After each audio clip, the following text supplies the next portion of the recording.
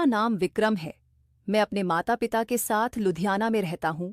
2 सप्ताह पहले ही मेरा विवाह हर्षिता से हुआ था, लेकिन मेरी पत्नी और मेरे बीच संबंध कुछ ठीक नहीं है। मेरी माँ हर समय कहती रहती है कि विक्रम, तेरी पत्नी तो दहेज ही नहीं लाई।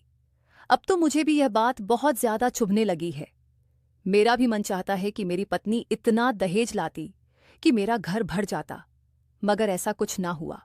इस कारण हमारे बीच पहले दिन से ही झगड़े होने लगे। मेरी पत्नी गरीब परिवार से संबंध रखती है। उसके माता पिता ने उसे कोई दान दहेज नहीं दिया, बस 2 जोड़े कपड़ों में ही विदा कर दिया। मेरी माँ तो मुझे पहले बहुत कहती थी कि विक्रम शादी कर लो, उसके बाद तुम्हारे दिन बदल जाएंगे। मगर अब तो ऐसा कुछ ना हुआ, बल्कि मेरी पत्नी का खर्च भी मुझे उठाना पड़ता है।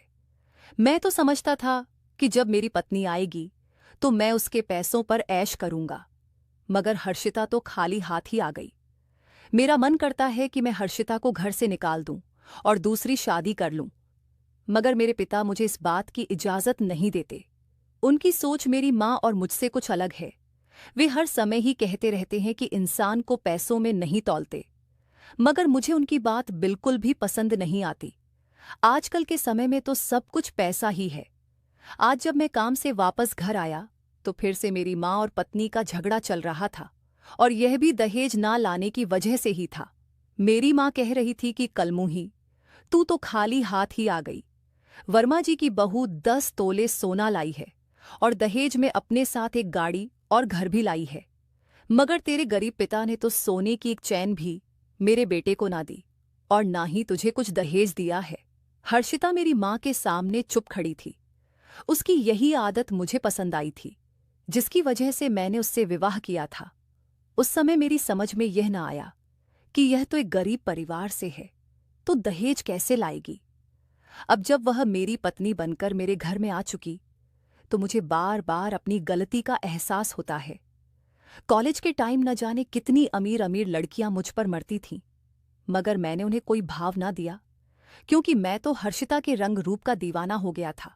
और प्रेम में पड़कर मैं तो यह भी भूल गया कि वह खाली हाथ आएगी, क्योंकि मैं उसके आर्थिक हालात से अच्छी तरह वाकिफ था। मगर उस समय मेरी आंखों पर प्यार की पट्टी बंध गई थी। अब मुझे वह बिल्कुल भी पसंद ना आती। उसके पास तो ढंग की साड़ियां भी न थीं। जब भी मैं घर आता तो वह पुरानी सी साड़ी पहने नौकरानी की तरह घर का काम करती रहती।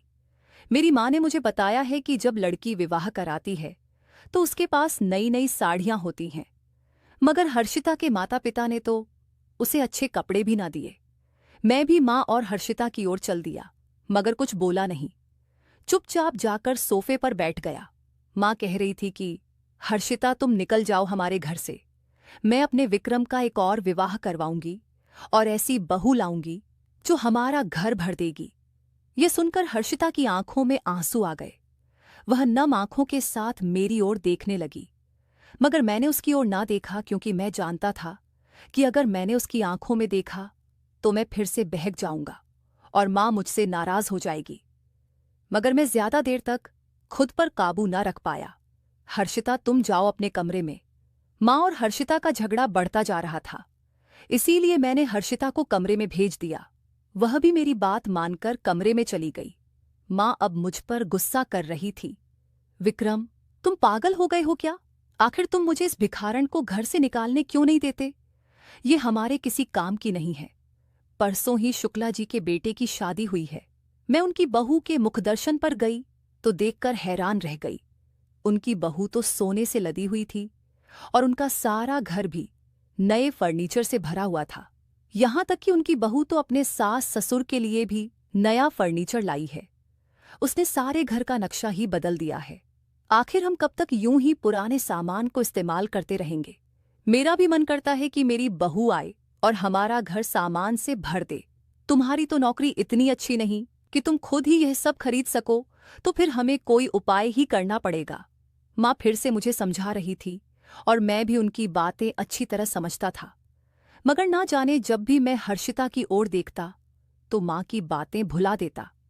मेरा मन करता कि वह मेरे पास रहे, मगर कभी कभी जब मैं लोगों के घरों में देखता तो मेरा मन करता कि मेरे घर में भी नया फर्नीचर और अन्य सामान आए। मैंने कई बार हर्षिता से भी इस बात का जिक्र किया है कि वह अपने माता पिता से कहे कि वे उसे दहेज दें, इस तरह वह इसी घर में रहेगी। मगर वह कहती है कि उसके माता पिता बहुत गरीब लोग हैं, उसके पास कुछ नहीं है तो वे कहाँ से देंगे। मुझे उसकी बात पर बड़ा क्रोध आता है कि आखिर यह क्यों अपने माता पिता से बात नहीं करती। मुझे यकीन था कि अगर यह अपने माता पिता से बात करेगी तो वे भी कुछ न कुछ कर ही लेंगे, क्योंकि हर माता पिता की यही इच्छा होती है कि उनकी बेटी अपने घर में अपने पति के साथ खुश रहे। मगर हर्षिता तो उन्हें कुछ बताती ही नहीं और मेरी बातों को टाल देती। इसी तरह दिन ब दिन हमारे झगड़े बढ़ते गए। अब तो मैं भी अपनी माँ का पूरा साथ देता और हर्षिता पर दबाव डालता कि अपने माता पिता के घर से दहेज ले आओ, वरना कुछ दिन के अंदर ही तुम्हें इस घर से निकाल दूंगा। वह कुछ नहीं कहती, बस चुपचाप आंसू बहाती रहती। मगर आज मेरा क्रोध आकाश की ऊंचाइयों को छू रहा था, क्योंकि मैं अभी अभी अपने दोस्त के घर से वापस आया था। वहां पर उसके टीवी कक्ष में एक बड़ा सा एलईडी लगा हुआ था। जब मैंने उससे पूछा तो वह कहने लगा कि यह मेरी पत्नी दहेज में लाई थी। उस समय मुझे खुद पर क्रोध आया कि मैंने हर्षिता से शादी क्यों की और उन अमीर लड़कियों से क्यों ना की जो मुझ पर मर मिटती थी। मैंने आते ही हर्षिता का बाजू पकड़ा और उसे खींचकर बाहर ले आया। माँ पिताजी भी टीवी कक्ष में बैठे कोई कार्यक्रम देख रहे थे। उनका चेहरा दूसरी ओर था, इसीलिए वे मुझे ना देख पाए थे। क्या तुम्हें यह दिखाई नहीं देता कि मेरे माँ पिताजी कितनी छोटी सी टीवी पर कार्यक्रम देख रहे हैं? अगर तुम दहेज में एक बड़ा सा टीवी लाती तो आज मेरे माता पिता इस छोटे से टीवी पर नजर ना गड़ाए बैठे होते। मैंने उंगली से टीवी की ओर इशारा किया तो वह भी उधर ही देखने लगी। हम दोनों का शोर सुनकर माँ पिताजी भी हमारी ओर देखने लगे थे। विक्रम, क्या हो गया है तुम्हें? क्यों बहू को परेशान कर रहे हो? पिताजी हर्षिता की तरफदारी कर रहे थे। वे तो हर समय ही उसकी तरफदारी करते रहते थे, मगर मेरी माँ को और मुझे यह पसंद ना आता। पिताजी, क्या आप जानते हैं कि मैं अभी अपने दोस्त के घर से आया हूं? उसके घर में इतना बड़ा एलईडी लगा हुआ है और आप देखिए, हमारे घर में मेरे बचपन का टीवी पड़ा है। अगर हर्षिता भी दहेज में टीवी लाती तो आज हमारे घर में भी नया टीवी होता। मैंने पिताजी को सारी बात बताई तो वे कहने लगे कि विक्रम बेटा, अगर हर्षिता टीवी नहीं लाई तो तुम खुद ही टीवी खरीद लो। जरूरी तो नहीं कि बहू ही दहेज में टीवी लाती। उस समय मुझे उनकी बातें जहर लग रही थीं। क्या वे मेरे हालात से वाकिफ न थे जो मुझे टीवी लाने का कह रहे थे? मैं बड़ी मुश्किल से ही घर का गुजारा चला रहा था। इस तरह के शौक पूरे करने के लिए मेरे पास पैसे ना थे, मगर उन्हें तो सिर्फ हाशिया की पड़ी रहती और अपने बेटे की कोई परवाह नहीं। आप ये कैसी बातें कर रहे हैं? मेरा बेटा सारा दिन घर से बाहर रहकर मेहनत करता है और जो कमाता है उसे घर में ही लाता है। उसकी पत्नी के तो खर्चे ही पूरे नहीं होते कि यह किसी और बारे में सोचे। माँ अब मेरा साथ देने लगी थी। मुझे अपनी माँ पर बड़ा प्यार आया। वह हर समय ही मुश्किल घड़ी में मेरे साथ खड़ी होती, मगर पिताजी हमेशा हर्षिता का साथ देते थे और उस समय भी वे यही कर रहे थे। हर्षिता चुपचाप आंसू बहाती हुई वहीं पर खड़ी थी। माँ ने शालिनी का हाथ पकड़कर उसे घर से बाहर निकालना चाहा, तो वह माँ के कदमों में बैठ गई और कहने लगी कि सासू माँ, मुझे घर से मत निकालें। अगर मैं अपने घर वापस चली गई तो मेरे माता पिता यह दुख सह ना सकेंगे। उनकी अब उम्र नहीं कि वे इतने बड़े दुख को सहे। मैं कल अपने माता पिता के घर जाऊंगी और टीवी ले आऊंगी। हर्षिता गिड़गिड़ाकर माँ के कदमों में बैठी टीवी लाने का कह रही थी। इस बात पर तो मेरी आंखें खिल गईं। मैंने माँ को आंख से इशारा किया तो वे भी चुपचाप बैठ गईं। अब मुझे इस बात का इंतजार था कि कब हर्षिता अपने पिता के घर जाए और टीवी लेकर आए। वह अपनी साड़ी के पल्लू से अपनी आंखें साफ कर रही थी, मगर मुझे सबसे कोई परवाह ना थी। मुझे तो सिर्फ कल का इंतजार था। मैंने हर्षिता से कह दिया कि कल मैं दफ्तर से जल्दी आ जाऊंगा और उसे उसके पिता के घर छोड़ आऊंगा, मगर वह कहने लगी कि वह खुद ही चली जाएगी तो मैं भी चुप हो गया। मुझे और क्या चाहिए था? वैसे भी मेरे पास समय न था कि मैं उसके साथ उसको छोड़ने जाता। मैं हर्षिता को खाने का कहकर अब कमरे में पहुंच गया और वह रसोई की ओर चल दी, क्योंकि मैं अभी अभी वापस आया था।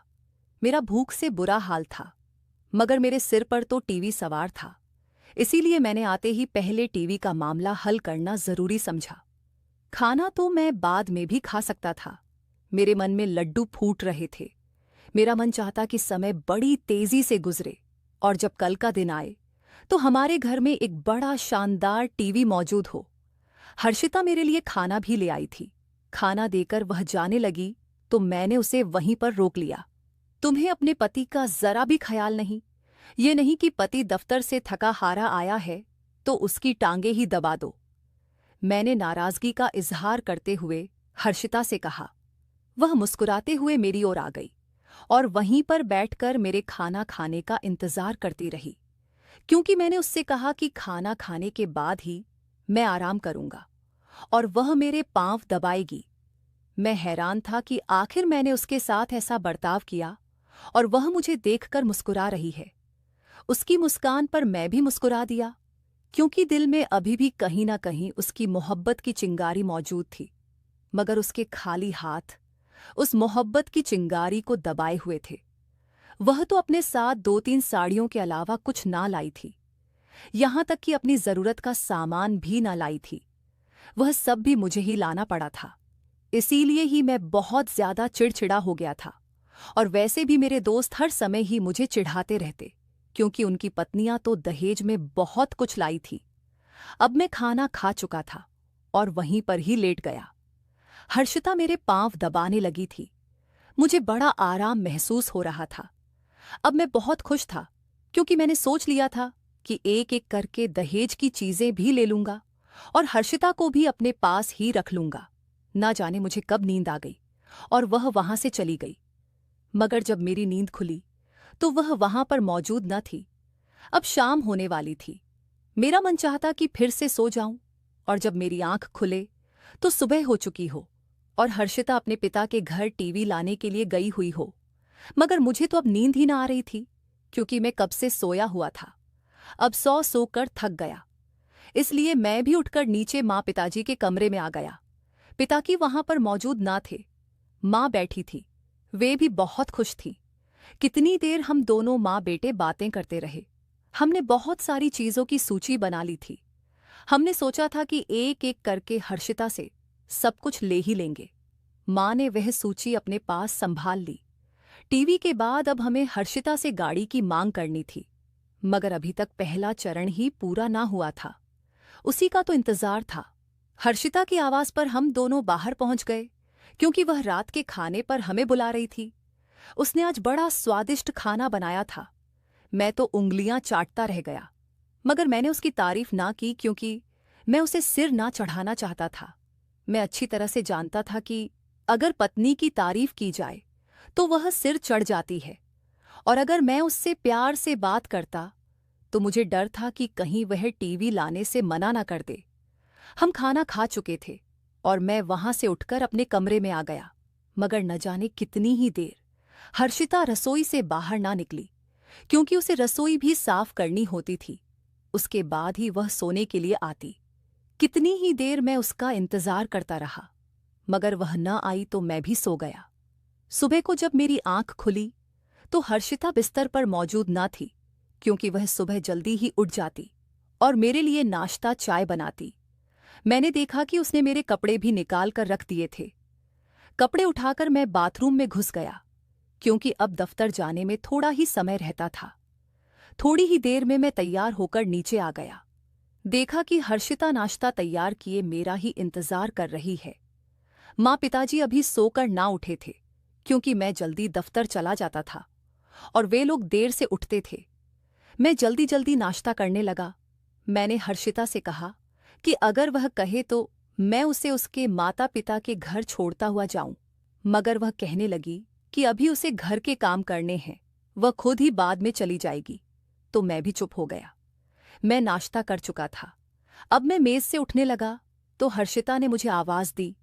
उसके हाथ में डिब्बा था जो मैं दफ्तर ले जाया करता था, मगर हर रोज ही मैं भूल जाता कि मुझे डिब्बा भी उठाना है। वह दरवाजे तक आकर मुझे वह डिब्बा पकड़ाती थी। आज उसने मुझे वहीं मेज पर ही डिब्बा पकड़ाया, क्योंकि वह पास ही खड़ी थी। मैंने उसकी ओर एक मुस्कान फेंक दी, क्योंकि वह सच में मेरा बड़ा ख्याल रख रही थी। मगर मुझे उसके इस ख्याल रखने से कोई खुशी महसूस ना हुई, बल्कि मुझे तो सिर्फ और सिर्फ टीवी का इंतजार था। मैं चुपचाप वहां से निकल आया। सारा दिन दफ्तर में मेरा बेचैनी से गुजरा हुआ। जब मैं घर वापस आया तो मेरा दिमाग घूम गया, क्योंकि माँ ने मुझे बताया कि हर्षिता नया टीवी तो लाई है, मगर वह ज्यादा बड़ा नहीं है, बल्कि हमारे पुराने टीवी से मिलता जुलता ही है। मेरा क्रोध आकाश की ऊंचाइयों को छूने लगा। मेरा मन चाहता कि अभी जाकर हर्षिता का गला दबा दूं। उसने मुझे इतना बड़ा धोखा दिया था, मगर वह वहां पर मौजूद ना थी। माँ ने मुझे बताया कि वह पड़ोसन के घर गई हुई है। अब मैं उसके आने का इंतजार करने लगा। थोड़ी ही देर में वह पड़ोसन के घर से वापस आ गई। मुझे गुस्से में देखकर वह भी बहुत ज्यादा घबरा गई थी। तुम्हारे माता पिता को शर्म ना आई? इतना छोटा सा टीवी देकर तुम्हें फिर से यहां पर भेज दिया है। अगर मैं जानता होता कि तुम यह लाओगी तो उस दिन ही मैं मां को ना रोकता और आज तुम यहां पर मौजूद ना होती, बल्कि अपने माता पिता की चौखट पर बैठी होती। आते ही मैं उस पर चिल्लाने लगा था, क्योंकि मुझसे मेरा गुस्सा अब काबू ना हो रहा था। उसकी आंखें फिर से आंसुओं से भरने लगी थीं। मैंने मां से कहा कि निश्चय ही आप आज इसे यहां से निकाल दें, मेरा इससे कोई लेना देना नहीं। वह मेरी बात सुनकर दौड़ती हुई आई और मेरे पैरों में बैठ गई। मैंने पैर से उसे धक्का दिया और स्वयं पीछे हट गया। मैंने मां से कह दिया कि इसे धक्के मारकर घर से निकाल दें और मैं बहुत जल्द ही तलाक के कागज इसे भिजवा दूंगा। मेरी इस बात पर तो हर्षिता जोर जोर से रोने लगी। उसके रोने की आवाज पूरे घर में गूंज रही थी, मगर मुझे कोई परवाह नहीं थी। मैं जान चुका था कि मेरे सारे सपने ही चकनाचूर होंगे, क्योंकि हमने जो इतनी बड़ी सूची बनाई थी वह तो अभी बाकी थी, और हर्षिता पहली चीज ही ऐसी लाई कि मेरा तो मन ही टूट गया। उसके बाद मैं अपने कमरे की ओर चल दिया। अभी मैं सीढ़ियां ही चढ़ रहा था, देखा कि मां ने उसे घसीटकर बाहर निकाल रही है। उसकी आंखों में आंसू थे। वह मेरी ओर भी देख रही थी, मगर मैं उसकी ओर ना देखना चाहता था। जाते जाते उसने मेरी आंखों में देखते हुए कहा कि एक दिन न्याय जरूर होगा। उसके बाद मैं कमरे में आ गया और मेरी मां ने उसे धक्के देकर घर से बाहर निकाल दिया। 2 दिन के अंदर अंदर ही मैंने तलाक के कागज तैयार करवाकर उसके घर भिजवा दिए। उसके बाद मैंने उससे कोई संपर्क ना रखा। अब मां और मैं मेरे दूसरे विवाह की योजना करने लगे। मां ने मुझसे कहा कि अगर मैं किसी को पसंद करता हूं तो अपनी पसंद मां को बता दो, मगर मैंने यह मामला अपनी मां पर छोड़ दिया, क्योंकि पहले ही मैं इतनी बड़ी गलती कर बैठा था। मैंने अपनी मां से कहा कि आप किसी ऐसी लड़की को ढूंढे जो अपने साथ करोड़ों का दहेज लाए। वह मुस्कुराने लगी और कहने लगी कि विक्रम, तुम चिंता ना करो, मैं ऐसी बहू लाऊंगी जो हमारे घर को दहेज से भर देगी। पिताजी उन दिनों अपने किसी मित्र के यहां गए हुए थे। मैंने शुक्र माना कि वे घर पर नहीं हैं। अगर वे घर पर होते तो मुझे हर्षिता को निकालने ना देते। मेरी मां लड़की ढूंढने के काम पर लग गई और मैं नियमित रूप से दफ्तर जाने लगा और दिन गिनने लगा कि कब मेरा दूसरा विवाह होगा और हमारा घर भी दूसरों के घरों की तरह सामान से भरा होगा। मगर इस सब में अभी बहुत समय था, क्योंकि मेरी मां ने कहा था कि वे बड़ी जांच पड़ताल करने के बाद ही मेरा विवाह करेंगी, क्योंकि पहले भी वे धोखा खा चुकी हैं। मैं भी अपनी मां की बात पर चुप हो गया, क्योंकि वे सच ही कह रही थीं। पहले भी मेरी जिद के आगे बेबस होकर उन्होंने मेरा हर्षिता से विवाह कराया था। जब पिताजी घर वापस आए तो उन्होंने बड़ा हंगामा मचाया, मगर वह अब कुछ न कर सकते थे, क्योंकि हर्षिता और मेरी तलाक हो चुकी थी। तो वह भी चुप हो गए। मगर उन्होंने मुझे कुछ दिन बड़ा परेशान किया। वह मुझसे कहते थे कि हर्षिता बड़ी अच्छी लड़की थी, उसने सारे घर को संभाल रखा था, अब देखना कैसे घर का ढांचा बिखरता है। मैं उनकी बातों पर ध्यान ना देता और अपने काम से काम रखता, मगर दिन ब दिन घर के हालात मेरी समझ में आते गए। जब मैं दफ्तर से वापस आता तो खाना ना बना होता, क्योंकि मां की अब ऐसी उम्र ना थी कि वह ऐसे काम कर सके। मुझे खुद ही अपने लिए कुछ न कुछ बनाना पड़ता और मां पिताजी के लिए भी मुझे ही खाना बनाना पड़ता। अब मैं बहुत ज्यादा थक जाता था। पहले दफ्तर में रहकर काम करता और जब घर आता तो यहां पर भी मुझे ही काम करना पड़ता। मैंने माँ से कहा कि वह अब जल्दी से मेरे लिए एक लड़की ढूंढ ले। अब मुझसे और काम नहीं होते तो वह कहती कि बेटा जरा धैर्य रखो, सब्र का फल मीठा होता है। हम जल्दबाजी में फिर से कोई गलती नहीं करना चाहते थे, तो मैं उनकी बात पर चुप हो जाता था। अब हर्षिता को इस घर से गए हुए लगभग 2 महीना हो चुका था, मगर अभी तक मेरा दूसरा विवाह ना हुआ था। एक दिन मैं दफ्तर से घर आया तो माँ ने मुझे मिठाई खिलाई और कहने लगी कि विक्रम बेटा, मैं तुम्हारा रिश्ता एक बड़े अमीर परिवार में कराई हूं। वह इतना दहेज देंगे कि तुम खुश हो जाओगे कि आज तक इतना दहेज सारे मोहल्ले में किसी की बहू ना लाई होगी। माँ ने मेरे मुंह में लड्डू डालते हुए कहा। यह सुनकर तो मेरी खुशी की कोई ठिकाना ना रही। माँ ने मुझे बताया कि लगभग 15 दिन के बाद मेरा अनन्या से विवाह होगा और उसके बाद हमारे घर खुशियां ही खुशियां होंगी। वह 15 दिन मैंने बड़ी मुश्किल से काटे। 15वें दिन अनन्या दुल्हन बनकर हमारे घर आ गई। वह अपने साथ इतना सब कुछ लाई थी कि सारे मोहल्ले की आंखें फटी की फटी रह गई। सभी कह रहे थे कि विक्रम की पत्नी तो दहेज में इतना कुछ लाई है जो आज तक कोई नहीं लाया। वह दहेज में एक बड़ी सी गाड़ी भी लाई थी और सोना तो इतना लाई थी कि हम देखकर ही हैरान रह गए। मैं आज बहुत खुश था। माँ पिताजी भी बहुत खुश थे क्योंकि एक बार फिर से मेरा विवाह हो चुका था। समय तो बड़ी तेजी से बीतने लगा और ऐसे ऐसे राज मुझ पर खुले कि मैं हैरान रह गया। अनन्या के पिता ने उसके नाम पर एक घर भी कर रखा था और एक जमीन का टुकड़ा भी उसके नाम पर था। इसके अलावा वह एक मकान की मालकिन भी थी। इस सब के बारे में मैं पहले ना जानता था। हमारा घर नए फर्नीचर से भर चुका था। नए सोफे देखकर तो मेरी माँ बहुत खुश थी क्योंकि वह बहुत समय से ही ऐसे सोफे खरीदना चाहती थी, मगर मेरी हैसियत न थी और अब बिना पैसे लगाए ही उनकी इच्छा पूरी हो चुकी थी। अब हमारी शादी को 1 हफ्ता हो चुका था, मगर मैंने महसूस किया कि अनन्या मुझसे कुछ खींची खींची सी रहती है। मैं अपने कमरे में सो रहा था। जब मैं उठा तो मुझे बहुत ज्यादा भूख लगी क्योंकि मैं दफ्तर से आते ही सो गया था।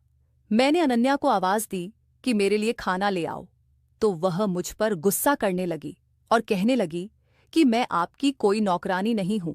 खाना चाहिए तो खुद रसोई में जाकर ले लीजिए। मुझे अपनी सहेलियों के साथ पार्टी में जाना है और उसके लिए तैयार भी होना है।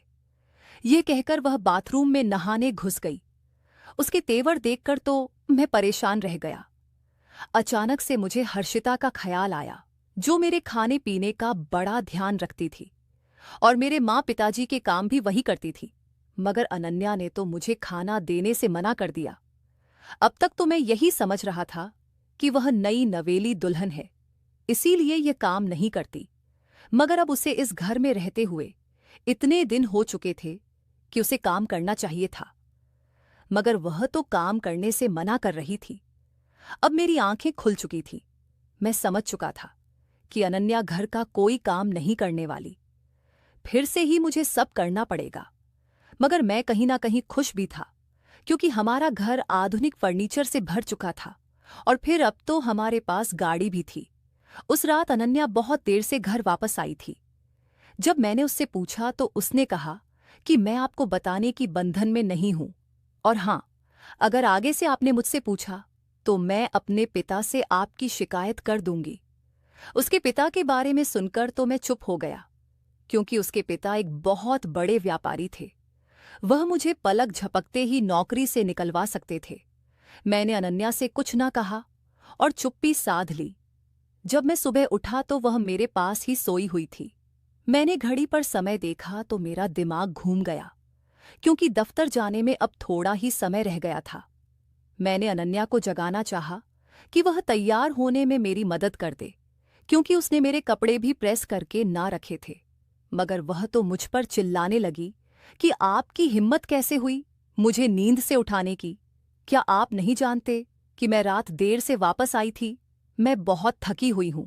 कृपया आप शोर मत कीजिए और अपना काम खुद ही कर लीजिए। यह कहकर वह सिर तक कंबल ओढ़कर सो गई और मैं पछतावे की ना जाने कितनी गहराई में जा गिरा। मेरा मन बार बार हर्षिता के बारे में सोचने लगा था। जब भी मैं उठता तो मेरे कपड़े प्रेस होते थे और नाश्ता भी तैयार होता। वह तो मुझे टिफिन भी देती थी, मगर अनन्या तो मेरे लिए कुछ भी ना करती। वह सुबह देर से उठती है और जब मैं दफ्तर से वापस आता तो वह पार्टी में जाने के लिए तैयार होती और वहां से भी रात देर गए वापस आती। अब यह रोज का नियम बन चुका था। एक बार मैंने उससे गाड़ी मांगी तो वह कहने लगी कि यह गाड़ी आपके पिता की नहीं है, ये गाड़ी मुझे मेरे पिता ने दी है और मैं ही इसे इस्तेमाल करूंगी। आप जैसे पहले आते जाते थे वैसे ही गुजारा चलाएं। मैं तो पहले टैक्सी से दफ्तर आता जाता था। जब से हमारी शादी हुई थी तो मैंने सोच रखा था कि मैं अब गाड़ी पर दफ्तर जाऊंगा, मगर उसने तो आज तक मुझे गाड़ी को हाथ भी ना लगाने दिया। माँ तो अब भी खुश थी क्योंकि घर फर्नीचर से भरा हुआ था, मगर वह यह ना जानती थी कि उनके बेटे का मन उदास है। मैंने भी उन्हें कुछ ना बताया और चुपचाप अपनी जिंदगी जीने लगा, क्योंकि यही मेरी किस्मत थी। एक दिन मैं दफ्तर से थका हारा आया तो अनन्या मुझसे कहने लगी कि मेरे सिर में दर्द है, मेरा सिर दबा दो। मुझे बड़ी हैरानी हुई कि आखिर वह अपने पति को सिर दबाने के लिए कैसे कह सकती है। हर्षिता तो हर समय मेरी टांगें दबाती थी। आज तक उसने कभी भी मुझे अपना कोई काम करने के लिए ना कहा था, मगर अनन्या तो उससे बिल्कुल ही उलट थी। उसे अपने पिता की दौलत का घमंड था और वह हमें अपना नौकर समझती थी। हम भी उसकी दौलत के आगे चुप हो जाते, क्योंकि कहीं ना कहीं हमें भी उससे लाभ मिला था। मैं चुपचाप अनन्या की बातें सह लेता था। वह तो मुझे पति का स्थान ही नहीं देती थी। जब भी मैं उससे कुछ कहता तो मुंह फुलाकर बैठ जाती। मुझे उसकी नाराजगी से बड़ा डर लगता था, क्योंकि जब भी वह नाराज होती तो यही धमकी देती कि मैं अपने पिता से आपकी शिकायत कर दूंगी। तो मैं मुंह बनाकर रह जाता। समय बड़ी तेजी से बीत रहा था। अब हमारा एक बेटा और बेटी भी थे, मगर अनन्या अब भी मेरी कोई इज्जत ना करती, मुझे अपना नौकर ही समझती। मगर यह सब कुछ मैंने सह लिया था। मुझे तो केवल और केवल उसकी संपत्ति से मतलब था, और मैं जानता था कि उसकी संपत्ति अगर मेरी नहीं हुई तो मेरे बच्चों की तो जरूर होगी। अब मुझ पर घर का कोई दबाव ना था, चाहे मैं अपनी तनख्वाह घर में खर्च करूं या ना करूं। सामान और अन्य खर्चे तो अनन्या ही उठाती थी, क्योंकि उसके पिताजी के बिजनेस में उसके हिस्से थे, जहां से उसे हर महीने उसके हिस्से के प्रॉफिट मिल जाता। उसे तो इस सब की जरूरत ही ना होती तो वह माँ के हाथ में दे देती थी। माँ उससे घर की चीजें खरीद लेती थी। हमारा घर बड़ी आसानी से चल रहा था, मगर कभी कभी मुझे अपनी बेइज्जती महसूस होती। एक बार अनन्या मुझे अपने साथ पार्टी में ले गई। वहां पर बड़े अमीर अमीर लड़के आए हुए थे। मैं अनन्या के दोस्तों के साथ बातें कर रहा था। अनन्या भी वहीं पर मौजूद थी, मगर वह एक लड़के से बड़ी खुलकर बातें कर रही थी। मुझे यह बिल्कुल भी अच्छा ना लगा कि मेरी पत्नी किसी दूसरे पुरुष से हंसकर बातें कर रही है, मगर उसे तो मेरी कोई परवाह ही ना थी। मेरी आंखों के सामने ही किसी दूसरे से ऐसे बातें कर रही थी कि जैसे मैं नहीं वहीं उसका पति हो। हम वहीं पर खड़े थे। वेटर जूस लेकर आया और एक एक करके सबने गिलास उठा लिए। अनन्या जरा दूर खड़ी थी। मैंने गिलास उठाकर उसकी ओर बढ़ाया। वह जो हाथ हिलाकर बातें कर रही थी, उसका हाथ जूस के गिलास से टकराया और जूस उसके कपड़ों पर गिर गया।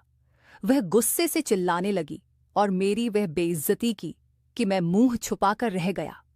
उसने अपने दोस्तों का भी ख्याल ना किया और मेरी इतनी बेइज्जती की कि मेरा मन चाहा कि मैं उसका गला दबा दूं, मगर वह एक अमीर बाप की बेटी थी। मैं कुछ भी करने के योग्य न था, इसीलिए अपने गुस्से पर काबू किए वहीं पर खड़ा रहा। मैं देख रहा था कि उसके सभी दोस्त मुझ पर हंस रहे हैं। वह भी अपने दोस्तों के साथ हंस रही थी। उसे मेरी कोई परवाह ना थी। वह तो मुझे अपने नौकर से ज्यादा ना समझती थी। मेरा मन किया कि मैं उसे अकेला ही वहीं पर छोड़कर घर आ जाऊं, मगर मैं ऐसा ना कर सका और उसके खाली होने का इंतजार करता रहा। अब रात बहुत हो चुकी थी, मगर अनन्या का कोई पता न था। मैं तो एक कुर्सी पर आकर बैठा, उसका इंतजार करने लगा, मगर वह अभी तक ना आई थी। मैंने उसे कॉल भी मिलाई, मगर उसका फोन बंद जा रहा था। मैंने सबसे पूछा, मगर किसी को भी उसके बारे में जानकारी ना थी।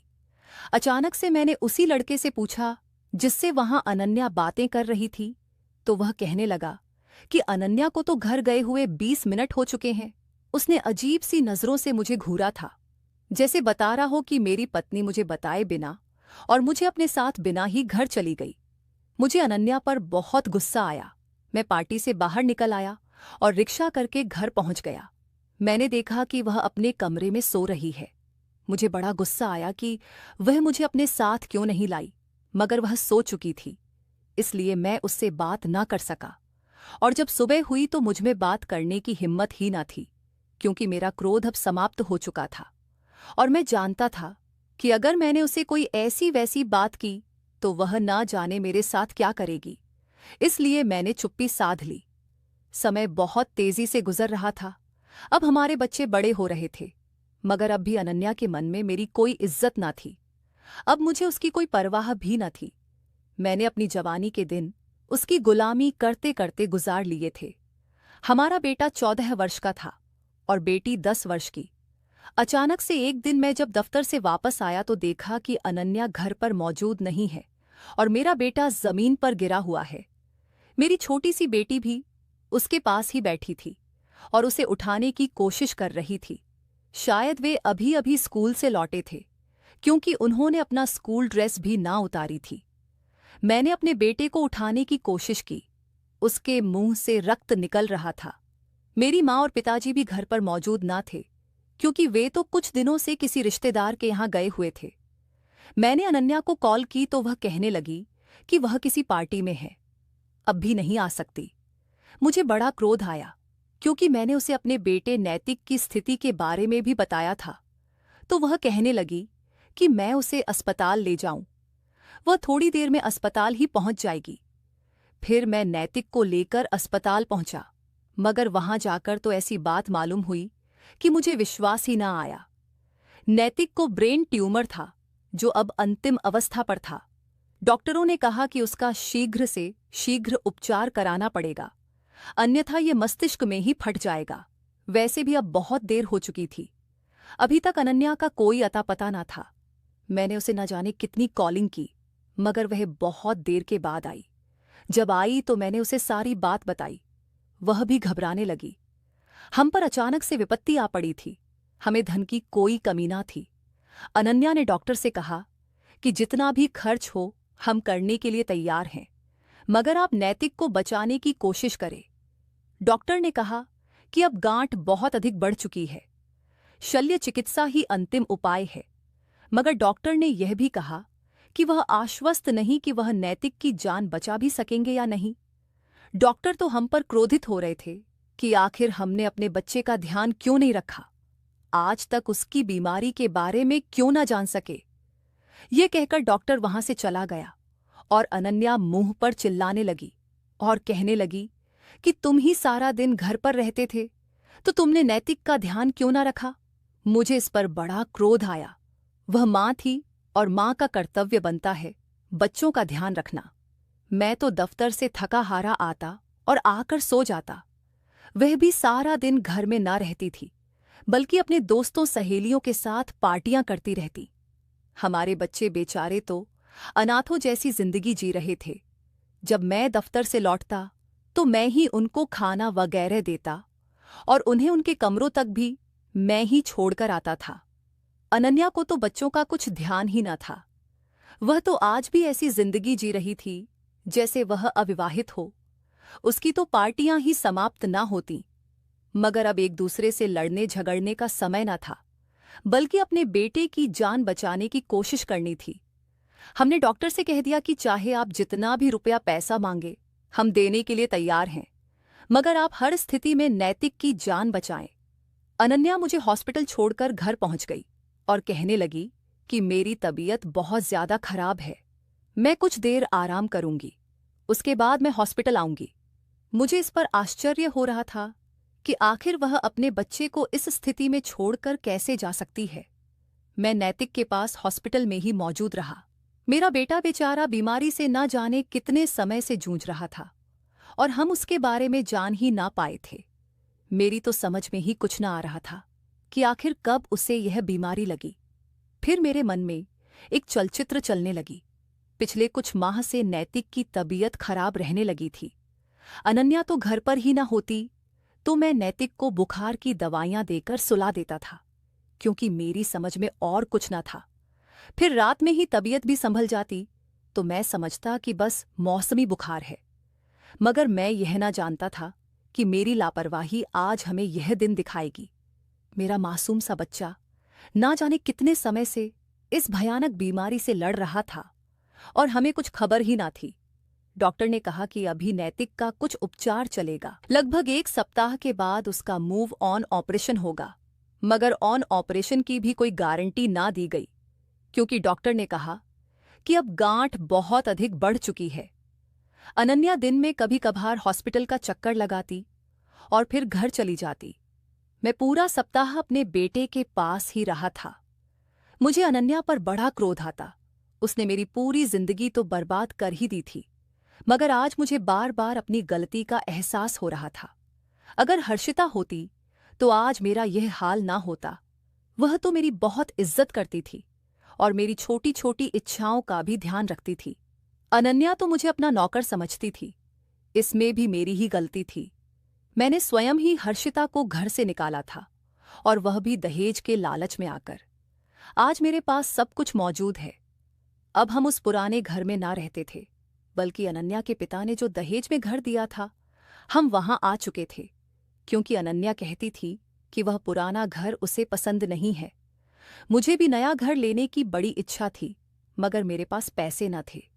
इसीलिए हम आकर नए घर में रहने लगे। मुझे बहुत प्रसन्नता थी, क्योंकि वह घर कोई साधारण घर नहीं, बल्कि भव्य महल जैसा बंगला था, जिसके अंदर स्विमिंग पूल भी था। मगर आज मुझे वह सारी चीजें फीकी लग रही थीं। एक क्षण के लिए मैं सोचने लगा कि मैंने अपनी जिंदगी कहाँ बिताई है। मैंने तो अपनी पूरी जिंदगी अपनी पत्नी की गुलामी में गुजार दी थी, जो मेरी बिल्कुल भी इज्जत न करती और मुझे पति का दर्जा भी ना देती थी। मगर अब क्या हो सकता था? मैंने यह जिंदगी अपने लिए स्वयं ही चुनी थी। अब यह सब बदल तो नहीं सकता था। मुझे इसी के साथ ही जिंदगी गुजारनी थी। मगर मैं भी इंसान था। कभी कभी मेरे मन में यह कसक उठती कि अगर मैं अनन्या से विवाह ना करता तो आज प्रसन्नता से अपनी जिंदगी बिता रहा होता, क्योंकि अनन्या से विवाह करने के बाद मुझे संसार की हर वस्तु तो मिल गई, मगर मेरी प्रसन्नता कहीं दब सी गई थी। मुझे किसी भी बात पर खुशी ना होती थी। आज नैतिक की ऑन ऑपरेशन थी। मैंने अनन्या को फोन कर बुलाया तो वह कहने लगी कि वह सो रही है, थोड़ी देर बाद आएगी। बल्कि वह तो मुझे ही बातें सुनाने लगी कि मैं पिता होकर अपने बच्चे का ध्यान नहीं रख सकता। मुझे आश्चर्य हुआ कि गलती भी उसी की थी और बातें तो मुझे सुननी पड़ रही थीं। मैंने क्रोध में आकर मोबाइल बंद कर दिया। बहुत देर हो चुकी थी, मगर अभी तक अनन्या का कुछ पता न था। कुछ ही देर बाद फिर अनन्या भी वहीं पर आ गई। वह भी नैतिक की तबीयत की वजह से बहुत अधिक परेशान थी, क्योंकि था तो वह उसका भी बेटा। अचानक से एक डॉक्टर हमारी तरफ आता हुआ दिखाई दिया और कहने लगा कि ऑन ऑपरेशन के लिए विशेषज्ञ की आवश्यकता है, मगर उसकी फीस बहुत अधिक है और नैतिक की तबीयत पल पल बिगड़ती जा रही है। अनन्या ने डॉक्टर से कहा कि आप दुनिया के सबसे बड़े डॉक्टर को बुलाइए। जितनी भी उसकी फीस होगी हम भरने के लिए तैयार हैं, मगर हमारे बेटे को कुछ नहीं होना चाहिए। अनन्या ने तुरंत हाँ भर ली, क्योंकि उसे धन की कोई कमी न थी। तो डॉक्टर किसी को फोन मिलाता हुआ वहां से चला गया। थोड़ी देर बाद एक महिला डॉक्टर मुंह पर मास्क लगाए ऑन ऑपरेशन थिएटर के अंदर जाने लगी। हम समझ चुके थे कि यह वही डॉक्टर है जो हमारे बेटे की ऑन ऑपरेशन करने के लिए आई है। थोड़ी देर बाद एक नर्स शल्य कक्ष से निकली और कहने लगी कि डॉक्टर साहिबा आपको अंदर बुला रही है, क्योंकि आपके बेटे की तबीयत ठीक नहीं है। वह चाहती हैं कि आप दोनों में से कोई अंदर रहे, क्योंकि बाद में लोग डॉक्टरों पर ही दोष लगा देते हैं। नर्स की बात सुनकर तो मेरा दिल कांप गया, क्योंकि वह कह रही थी कि नैतिक की तबीयत बिगड़ रही है। मैंने अनन्या से कहा कि मैं अंदर जाता हूं। मैं उस नर्स के साथ आईसीयू में आ गया। वहां पर 4 डॉक्टर्स मिलकर मेरे बेटे का सिर खोले खड़े थे। अपने बेटे को इस हालत में देखकर मैं बहुत अधिक घबरा गया। ऐसा लगता कि अभी मेरी सांसें रुक जाएंगी। उन डॉक्टरों के साथ वह डॉक्टर भी खड़ी थी, जो शायद विशेषज्ञ थी, और हमारे कहने पर ही उसे बुलाया गया था। धीरे से उस डॉक्टर ने मुंह से मास्क उतारा तो मेरे पैरों तले से जमीन खिसक गई। वह और कोई नहीं बल्कि हर्षिता थी। वह भी मेरी ही तरफ देख रही थी। उसकी आंखें नम हो गई थी। मेरा दिल इतनी जोर से धड़कने लगा कि जैसे अभी सीने से बाहर ही निकल आएगा। मैं यह ना जानता था कि मुझे जीवन इस मोड़ पर भी ला खड़ा करेगा, कि मुझे हर्षिता की सहायता लेनी पड़ेगी। मुझे वह समय याद आने लगा जब मैंने उसे घर से निकाला था और वह मेरे पैरों में गिरकर मेरी विनती कर रही थी। अब भी वह बस मुझे ही घूर रही थी, मगर मुंह से कुछ न बोली। उसकी आंखों में एक अजीब सी चमक थी, जैसे आज उसका बदला पूरा हो गया हो, क्योंकि जाते समय वह कहकर गई थी कि एक दिन न्याय अवश्य होगा। मैं स्वयं पर नियंत्रण ना कर सका और जाकर उसके पैरों में गिर गया। हर्षिता, मुझे माफ कर दो। मेरा बदला मेरे मासूम बेटे से मत लेना। तुम्हें जो करना है मेरे साथ कर लेना, मगर मेरे बेटे की जान बचा लो। मैं हाथ जोड़े उसके पैरों में गिरा हुआ था। वहां पर मौजूद डॉक्टर्स और नर्सें भी हमें देखने लगी थी।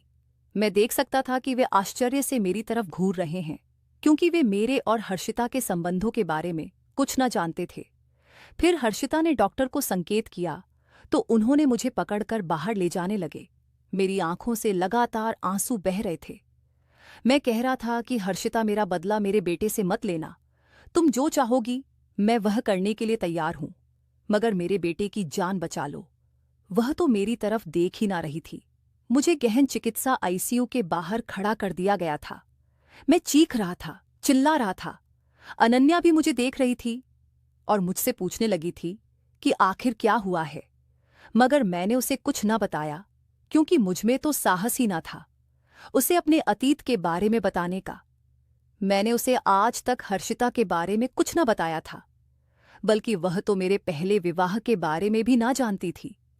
मगर मुझे यूं रोता चिल्लाता देखकर वह बहुत ज्यादा घबरा गई थी। मैंने उसकी किसी बात का कोई उत्तर ना दिया। मुझे तो यह डर सताए जा रहा था कि हर्षिता अगर आज मुझसे बदला लेने पर आ गई तो मेरे बेटे की जान ना बच पाएगी। 2 घंटे शल्यक्रिया जारी रही। उसके बाद गहन चिकित्सा कक्ष का दरवाजा खुला और डॉक्टर बाहर निकल आए। मैं और अनन्या दौड़ते हुए डॉक्टर के पास गए तो उन्होंने हमें शुभ समाचार दिया कि डॉक्टर हर्षिता ने नैतिक की जान बचा ली है। ये सुनकर तो मुझे अचरज का झटका लगा। जिस लड़की की जिंदगी मैंने उजाड़ दी थी, आज उसने मेरी इतनी बड़ी सहायता की थी। मैं तो पहले ही जानता था कि हर्षिता बहुत कोमल हृदय की स्वामिनी है, मगर मैं यह ना जानता था कि आज भी वह इतने बड़े दिल का परिचय देगी और मेरा बदला मुझे क्षमा कर देगी। सभी डॉक्टर्स अब जा चुके थे। हर्षिता भी जाने लगी, मगर मैंने उसे रोक लिया। अनन्या हम दोनों को देख रही थी, मगर कुछ बोल ना पाई थी। मैंने हर्षिता से पूछा कि आखिर मेरे घर से जाने के बाद उसके साथ क्या हुआ था और वह यहां तक कैसे पहुंची। तो उसने मुझे बताया कि विवाह से पहले वह एमबीबीएस करना चाहती थी, मगर फिर उसका विवाह हो गया तो वह एमबीबीएस ना कर पाई। मुझसे तलाक के बाद उसने अपनी पढ़ाई फिर से शुरू कर दी थी और एमबीबीएस करने के बाद उसका एक बहुत अच्छा रिश्ता आया और उसके माता पिता ने उसका विवाह कर दिया। उसका पति बहुत बड़ा बिजनेसमैन था। वह तो अनन्या के पिता से भी ज्यादा अमीर था। अब हर्षिता उसी के साथ जीवन बिता रही थी और वह अपनी जिंदगी में बहुत सुखी थी। मैंने उससे पूछा कि आखिर उसने मेरी सहायता क्यों की, क्योंकि आज वह मुझसे बदला ले सकती थी। मैंने उसकी जिंदगी उजाड़ दी थी। तो वह कहने लगी कि मैं इतनी कठोर हृदय नहीं कि इतना पुराना बदला एक निर्दोष से बच्चे से लूं, और वैसे भी वह सब मैं भुला चुकी हूं, क्योंकि मैं राहुल के साथ बहुत अधिक प्रसन्न हूं। मुझे तो मेरा अतीत बिल्कुल ही भूल चुका है। ये कहकर वह वहां से चल दी। अनन्या अब सारी सच्चाई जान चुकी थी। वह भी चकित थी कि आखिर मैंने उससे इतनी बड़ी बात कैसे छिपाई। वह मुझसे कितनी ही देर झगड़ती रही, मगर फिर हम दोनों अपने बेटे के पास आ गए। कुछ दिन नैतिक को अस्पताल में ही रखा गया। फिर हम उसे लेकर घर आ गए। अब भी मेरी जिंदगी वैसे ही गुजर रही है जैसे पहले थी। मैं अनन्या के लिए सेवक से अधिक महत्व नहीं रखता था। अब हमारे बच्चे जवान हो गए हैं। अनन्या मेरे बच्चों के सामने ही मुझे अपमानित कर देती है। आज मुझे अनुभव होता है कि जीवन में धन ही सब कुछ नहीं होता। कभी कभार मनुष्य की कद्र भी कर लेनी चाहिए, क्योंकि धन तो आने जाने वाली चीज है, मगर जब एक कद्र करने वाला इंसान ही मौजूद ना हो तो इंसान को अपनी जिंदगी व्यर्थ लगती है। अब मैं अक्सर देर रात तक अकेले बैठा सोचता रहता था। मेरी उम्र अब 45 साल हो चुकी थी। बच्चे भी अपने अपने कॉलेज में व्यस्त थे। घर में सब कुछ था, गाड़ी, बंगला, पैसा, लेकिन मेरा मन अब भी खाली था। अनन्या पहले जैसी ही थी। उसका रुतबा और उसका गुस्सा ज्यों का त्यों बना हुआ था। फर्क बस इतना था कि अब बच्चे भी उसकी आदतों के आदी हो चुके थे। मुझे याद है, एक रात मैं बालकनी में बैठा चाय पी रहा था। तभी मेरी बेटी मेरे पास आई। वह बड़ी गंभीर थी। उसने मुझसे कहा, पापा, आप खुश नहीं रहते ना? उसकी बात सुनकर मैं चौंक गया। मैंने मुस्कुराने की कोशिश की और कहा, नहीं बेटा, ऐसा क्यों कह रही हो? मैं बिल्कुल ठीक हूं। वह बोली, नहीं पापा, मैं सब समझती हूं। मम्मी हमेशा आपको डांटती रहती हैं। मैंने कई बार देखा है कि आप चुपचाप सह जाते हैं। क्या यह सब सही है? क्या यही शादी होती है? उसकी बात सुनकर मेरी आंखें नम हो गईं। मुझे अपने जीवन का हर पल याद आने लगा। हर्षिता की याद, उसकी आंखों का दर्द, और फिर वह दिन जब उसने मेरे बेटे की जान बचाई। मैं कुछ क्षण खामोश रहा। फिर मैंने बेटी का सिर सहलाया और कहा, नहीं बेटा, ये शादी वैसी नहीं होती जैसी होनी चाहिए। शादी में प्यार और इज्जत दोनों जरूरी होते हैं। अगर ये दोनों ना हो तो जिंदगी बहुत कठिन हो जाती है। मेरे बेटे नैतिक ने भी यह सब सुन लिया था। वह पास आकर खड़ा हो गया और बोला, पापा, हम बड़े हो गए हैं। आप क्यों यह सब सहते हैं? अगर आप खुश नहीं हैं तो क्यों न अपने लिए कोई नया रास्ता चुन लें। अब हम बच्चे नहीं रहे, हमें सब समझ आता है। मैं उनके शब्द सुनकर सोच में पड़ गया। सचमुच अब मैं अपनी जिंदगी के अंतिम पड़ाव पर था। क्या मैं यूं ही अपने बचे हुए साल दुख और अपमान में बिताने वाला था? उस दिन के बाद मैंने धीरे धीरे अपने भीतर बदलाव लाना शुरू किया। मैं अब अनन्या की बातों पर चुप नहीं रहता। एक दिन जब उसने मुझे सबके सामने डांटना शुरू किया, मैंने पहली बार उसकी आंखों में आंखें डालकर कहा, अनन्या, बहुत हो चुका। मैंने अपनी जवानी तुम्हारी गुलामी में बर्बाद कर दी, मगर अब मैं और चुप नहीं रहूंगा। चाहे तुम मेरे साथ रहो या न रहो, मैं अपनी जिंदगी अपनी शर्तों पर जीऊंगा। मेरी यह बात सुनकर घर में सन्नाटा छा गया। शायद पहली बार मैंने अपनी आवाज ऊंची की थी। अनन्या भी हक्की बक्की रह गई। वह कुछ देर मुझे देखती रही और फिर चुपचाप अपने कमरे में चली गई। बच्चों ने पहली बार मुझे गर्व से देखा। नैतिक ने मेरे कंधे पर हाथ रखकर कहा, पापा, हम आपके साथ हैं। उस रात मैं बहुत रोया। मुझे लगा जैसे मेरे दिल का बोझ हल्का हो गया हो। मैं अब अपनी जिंदगी को सही मायनों में जीना चाहता था। कुछ दिनों बाद मैंने हर्षिता से मिलने का निश्चय किया। मैंने उसे फोन किया और कहा कि मैं उससे सिर्फ एक बार मिलना चाहता हूं। उसने मिलने के लिए हाँ कह दी। जब मैं उससे मिला तो मैंने कहा, हर्षिता, मैं तुम्हारा हमेशा आनी रहूंगा। मैंने जो तुम्हारे साथ किया वह कभी नहीं होना चाहिए था, मगर आज मैं सिर्फ तुम्हारा धन्यवाद कहना चाहता हूं। तुमने मुझे जीवन का असली अर्थ समझाया। हर्षिता मुस्कुराई और बोली, विक्रम, जीवन में गलती हर कोई करता है, मगर हर किसी को अपने गलतियों का एहसास नहीं होता। तुमने अपनी गलती मान ली, यही सबसे बड़ी बात है।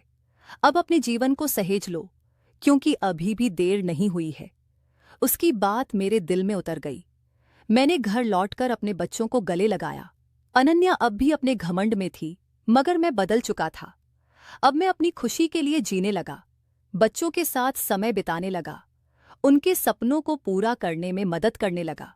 अनन्या को भी धीरे धीरे एहसास होने लगा कि मैंने अब उसकी गुलामी छोड़ दी है। वह अब मुझसे उतनी कठोर बातें नहीं करती। शायद उसे भी बदलने का समय मिल रहा था। आज मैं संतुष्ट हूं। जिंदगी ने मुझे बहुत कुछ सिखाया। सबसे बड़ा सबक यह मिला कि रिश्तों में सम्मान सबसे जरूरी है। मैंने जब अपने बच्चों से खुलकर बात करना शुरू किया तो मुझे पहली बार एहसास हुआ कि वे मुझे कितना समझते हैं। एक शाम हम सब डाइनिंग टेबल पर बैठे थे। तभी नैतिक ने कहा, पापा, आपने हमें बहुत अच्छा जीवन दिया, लेकिन एक बात पूछूं, क्या आप कभी किसी और से प्यार करते थे? उसका सवाल सुनकर मैं चौंक गया। मेरे मन में हर्षिता का चेहरा कौंध गया। मैंने कुछ देर चुप रहकर गहरी सांस ली और कहा, हाँ बेटा, मैं करता था। हर्षिता नाम की एक लड़की थी, वह मुझसे बहुत प्यार करती थी, लेकिन मैंने उसे छोड़ दिया सिर्फ इसलिए कि उसने दहेज नहीं लाया। मैं लालच में अंधा हो गया था।